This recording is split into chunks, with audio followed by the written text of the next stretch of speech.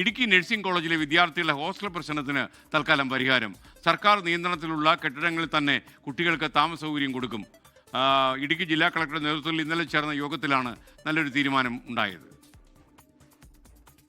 പൈനാവിലെ working women's ഹോസ്റ്റലിലെ 16 മുറികൾ nursing കോളേജിലെ പെൺകുട്ടികൾക്കായി വിട്ടു നൽകും. മെഡിക്കൽ കോളേജിലെ കുട്ടികളുടെ ഹോസ്റ്റലിൽ 18 മുറികൾ ഒഴിവുണ്ട്. ഇതും നഴ്സിംഗ് കോളേജ് കുട്ടികൾക്ക് നൽകും. രണ്ടിടത്തുമായി 136 കുട്ടികളെ താമസിപ്പിക്കാം. ഇതോടെ സ്വകാര്യ ഹോസ്റ്റലിൽ താമസിക്കുന്ന കുട്ടികൾക്കും ഹോസ്റ്റലാകും.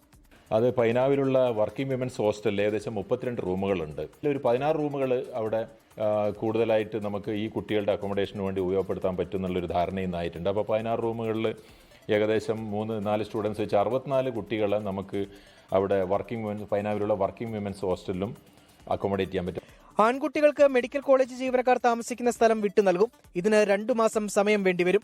കളക്ടറുടെ അധ്യക്ഷതയിൽ വിദ്യാർത്ഥി പ്രതിനിധികളും അധ്യാപകരും PTA അംഗങ്ങളും ചേർന്ന യോഗത്തിലാണ് തീരുമാനം. 24 ഇടുക്കി. ലോകത്തെവിടെയായാലും ഏത് സമയത്തും 24 വാർത്തകളും ഓഗ്മെന്റഡ് റിയാലിറ്റി പാക്കേജുകളും എക്സ്പ്ലെയിനറുകളും വിശദമായി കാണാൻ ഞങ്ങളുടെ യൂട്യൂബ് ചാനൽ നിങ്ങൾക്ക് സബ്സ്ക്രൈബ് ചെയ്യാം.